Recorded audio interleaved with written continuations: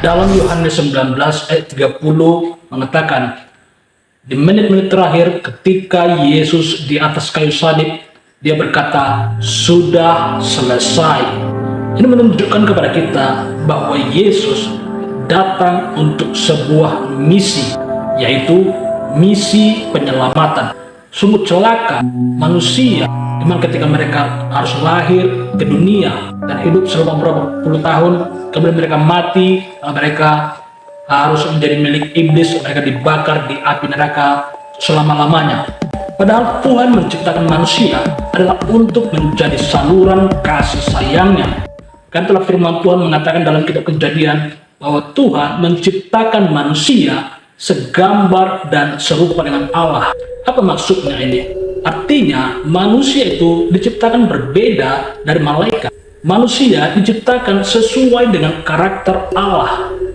Ketika anak saya lahir, orang banyak mengatakan bahwa dia sangat mirip dengan saya. Bahkan dia adalah, boleh dikatakan, copy paste dari wajah saya.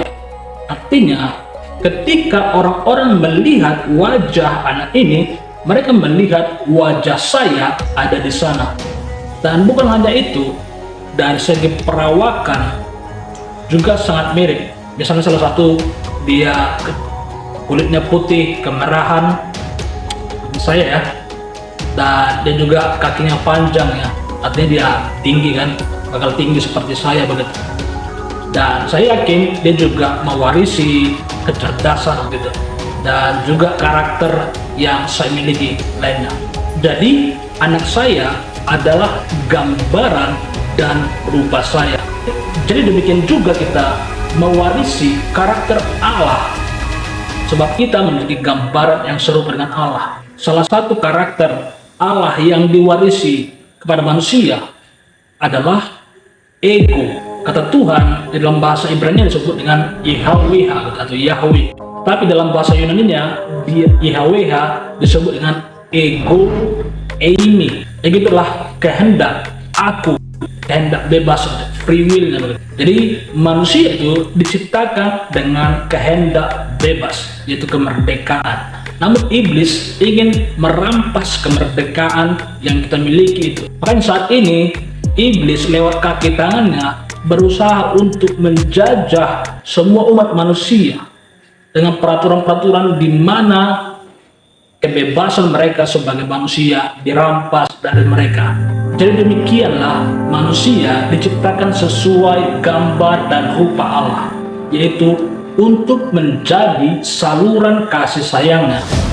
Tetapi iblis telah merusak rencana yang indah Tuhan kepada manusia, yang tadinya itu menjadi sebuah kebahagiaan. Iblis justru mengubahnya menjadi sebuah kengerian, menjadi sumber bencana.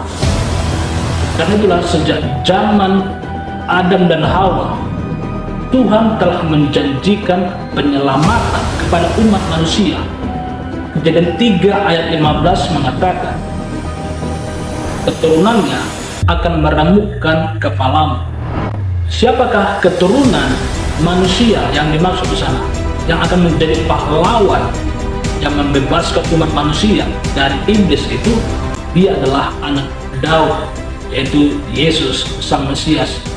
Dialah yang akan menjadi pahlawan yang akan mengalahkan kerajaan iblis. Karena itulah iblis sejak sekian lama telah bersiaga untuk menghadapi kedatangan dari Sang Mesias itu, sebab semua manusia telah menjadi milik iblis. Ketika mereka mati, maka mereka akan ikut bersama iblis ke neraka. Jadi iblis sangat ketakutan.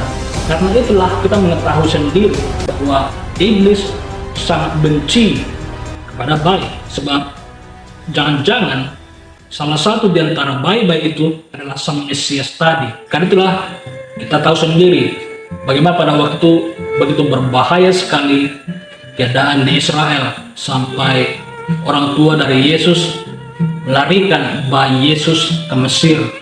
Jadi iblis sangat bernafsu sekali untuk menghabisi Sang Mesias yang telah dijanjikan tadi.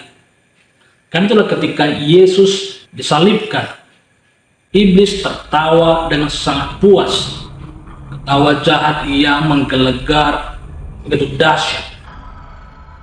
Sebab iblis merasa bahwa dia telah berhasil menyingkirkan Mesias yang asli, sehingga apa yang telah dimiliki oleh iblis tidak bisa dirampas oleh sang Mesias tadi. Dalam hal ini berarti Tuhan gagal. Namun apa yang tidak pernah dipikirkan oleh iblis adalah bahwa strategi penyelamatan yang diskenariokan oleh Tuhan justru adalah lewat kematian sang Mesias. Tanpa ada kematian, maka tidak akan ada penyelamatan. Bisa kalian bayangkan, seandainya iblis mengetahui hal itu, tentu dia tidak akan membunuh Yesus. Tentu iblis akan memerintahkan para bawahannya, jangan menyentuh Yesus, bahkan sehelai rambutnya jangan kamu cabut. Tapi iblis gagal mengantisipasi rencana Allah, dan akhirnya apa yang dimiliki oleh iblis, yaitu jiwa-jiwa, dirampas darinya dan kerajaannya dihancurkan. Misi sang Mesias berhasil juga. Dan di menit terakhir sebelum Yesus mati di atas bukit Golgota, di atas kayu salib, dia berkata, sudah selesai. Jadi Yesus telah menyelesaikan misi penyelamatan yang sangat penting ini. Sekarang tinggal kita untuk menjalankan misi berikutnya. Tuhan Yesus berkata, di atas gunung Petra ini aku mendirikan eklesia. Eklesia terdiri dari dua kata, ex dan klesia. Ex itu keluar, klesia dipanggil. Jadi eklesia di dalam, kalau terjemahkan dalam bahasa Inggris secara literasi, maka dia adalah outreach. Outreach diartikan ke bahasa Indonesia adalah penjangkauan atau penginjilan. Nah, karena itulah saat ini kita ditugaskan untuk menjangkau jiwa-jiwa. Dan demikian juga ketika Yesus hendak terangkat ke sorga, dia berkata, pergilah beritakan Injil ke Yudea, Samaria, bahkan sampai ke ujung bumi. Dan ketahuilah, aku menyertai kamu sampai pada kesudahan zaman. Jadi saudara, saat ini kita memiliki misi untuk memberitakan Injil. Jadi jika Anda mengaku sebagai eklesia atau gereja, maka Anda harus melakukan misi. Selamat Paskah, God bless you.